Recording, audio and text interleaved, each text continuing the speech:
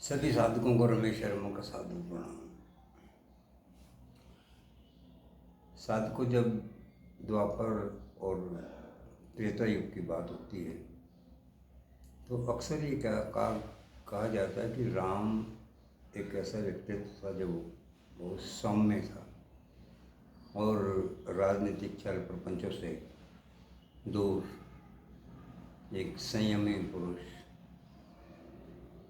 जिसे बाद में मर्यादा पुरुषोत्तम भी कहा गया। परंतु भगवान कृष्ण के बारे में कहा गया कि वे बहुत ही चंचल, और दुर्योधन ने तो उन्हें कई बार छलिया तक कहा।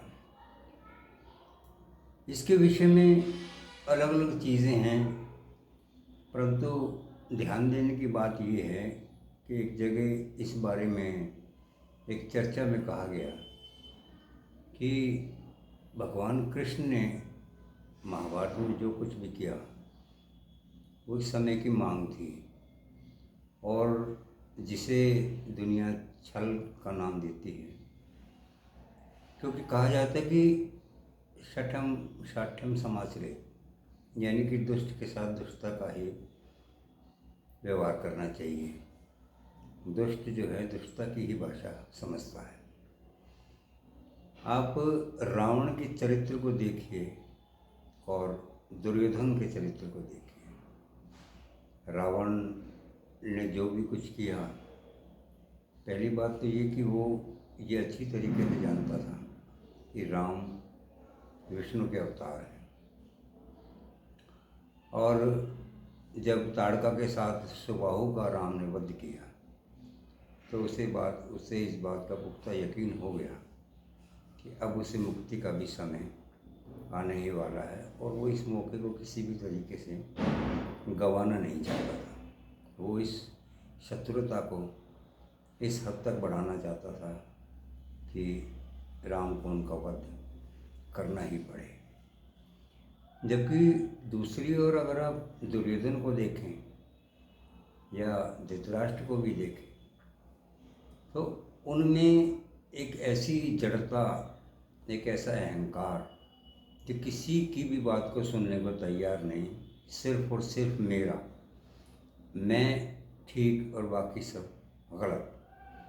चाहे उसमें भीष्म पितामह आ गए या विदुर हो गए, कृपाचार्य हो गए, द्रोणाचार्य हो गए, किसी की सलाह को माना नहीं गया, किसी की बात को सुना नहीं गया। और कृष्ण की जो छल करने की बात है, वो छल भी इसीलिए किया गया क्योंकि वो शुरू से देखते आ रहे थे कि पांडवों के साथ हर कदम पर छल हुआ।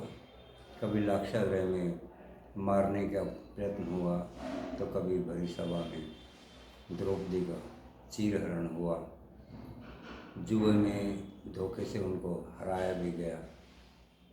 कहने का अभिप्राय है कि जो भी संभव कुकृत्य था वो दुर्योधन ने और धृतराष्ट्र ने किया।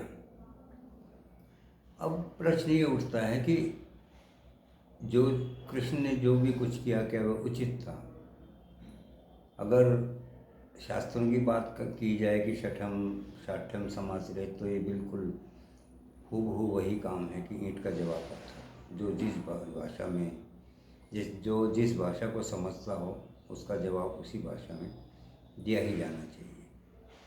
और श्री कृष्ण ये भी अच्छी तरीके से जानते थे कि पांडवों को जो उनकी धर्म भीरुता है उससे वहाँ से हटाना बहुत ही मुश्किल है, क्योंकि इतना सब कुछ होने के बावजूद भी कभी उन्होंने धृतराष्ट्र का अपमान नहीं किया, कभी भीष्म या कृपाचार्य या द्रोणाचार्य को कोई अनुचित शब्द नहीं कहे। यहाँ तक कि दुर्योधन को भी अपने भाई का सम्मान जो है वो अवश्य देते थे। एक बार जब दुर्योधन किसी कबीले की एक कन्या को उठा कर ले गया और उससे जो है उसने बलात्कार करने का प्रयास किया, तब भी पांडवों ने उसे जाकर बचाया। तो उन कबीले वालों ने कहा कि हम इसे मृत्यु दंड देंगे, तो उन्होंने कहा आप इसे क्षमा कर दीजिए। तो कबीले के सरदार ने कहा कि अगर ये आपकी बहन को उठा कर ले जाता तो आप क्या करते हैं?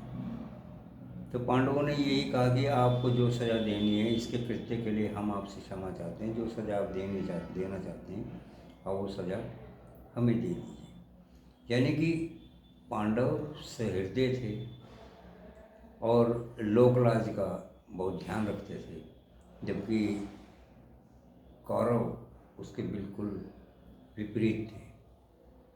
अब वो कहा तो ये तक जाता है कि अभिमन्यु का जो वध हुआ वो वध भी, उसे आप ये कह सकते हैं कि अभिमन्यु की बलि ली गई, क्योंकि कृष्ण अच्छी तरीके से जानते थे कि इस युद्ध में छल के बिना हम कौरवों को हरा नहीं सकते, क्योंकि एक एक योद्धा ऐसा है, किसी को इच्छा मृत्यु का वरदान है, कोई अमर है जैसे अश्वत्थामा है, या भीष्म पितामह हैं, कर्ण हैं।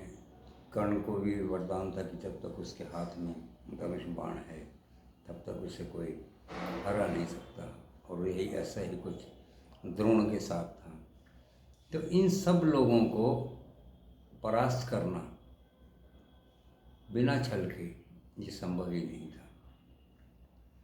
तो जब अभिमन्यु को चक्रव्यूह में घेर कर मारा गया और 6-7 महारथी जो थे उन्होंने छल से एक अकेले योद्धा को घेर कर मारा, और इस बात को बार बार प्रचारित किया गया कि अर्जुन तुम्हारे पुत्र को, जो वीर था, परम वीर था, इन कौरवों ने उसे असमय ही काल का ग्रास बना दिया। वो इस तरह की मृत्यु का हकदार बिल्कुल नहीं था। और इस बात को बार बार जब कहा गया तो पांडवों के मन में भी एक ऐसी आग सुलग उठी कि हमें किसी भी तरीके से कौरवों से अपना राज्य छीनना है, अपने हर अपमान का बदला लेना है। उसमें द्रौपदी के भी प्रसंग बीच बीच में आते रहते थे। तो कहने का अभिप्राय ये है कि समय की जो मांग होती है उसी के अनुसार, क्योंकि हर समय जो भी जीवात्माएं संसार में होती हैं उनका स्वभाव, उनके क्रियाकलाप समय के अनुसार निर्धारित होते हैं। तो उस समय रावण के समय, रावण जैसा भी रहा हो, लेकिन वो ईश्वर का भक्त था, धार्मिक आस्था भी थी, नीति को मानने वाला था। क्योंकि जब समुद्र पर सेतु का निर्माण होना था उससे पहले राम जी ने ये घोषणा की कि मुझे यहाँ पर पहले ये शिवलिंग की स्थापना करनी है, तो उसके लिए पूजा की व्यवस्था की गई थी। तो उस पूजा में, उस जो पूजा में एक ये शर्त थी कि बिना पत्नी के वो पूजा हो नहीं सकती। अब या तो स्त्री की मृत्यु हो चुकी हो, या व्यक्ति विधुर हो, या कुंवारा हो, तो वो परिस्थितियाँ अलग हैं, किंतु राम के साथ ऐसा कुछ भी नहीं था। तो रावण ने, जब रावण को इस बात के लिए राजी किया गया कि आपसे बड़ा शिव भक्त कोई है नहीं, इस आपसे बड़ा कोई विप्र भी नहीं है, ब्राह्मण भी नहीं है, तो आप इस पूजा को संपन्न कराइए। रावण ने सहर्ष उस निमंत्रण को स्वीकार किया और अपने अनुचरों को आदेश दिया कि उस पूजा में प्रयुक्त होने वाली हर सामग्री लंका से जाएगी। जब सभासदों ने इस बात का विरोध किया तो उन्होंने कहा कि वो एक तपस्वी है और वो इस जंगल में ये पूजा का सामान कहाँ से लाएगा, और एक ब्राह्मण होने के नाते मेरा जो एक कर्तव्य है कि मैं अपने यजमान की पूजा में हर संभव उसकी सहायता करूं। तो अब और फिर उस पूजा में रावण स्वयं सीता को विमान में बिठाकर ले गया और उस पूजा को सीता के साथ राम को बिठाकर संपन्न करवाया।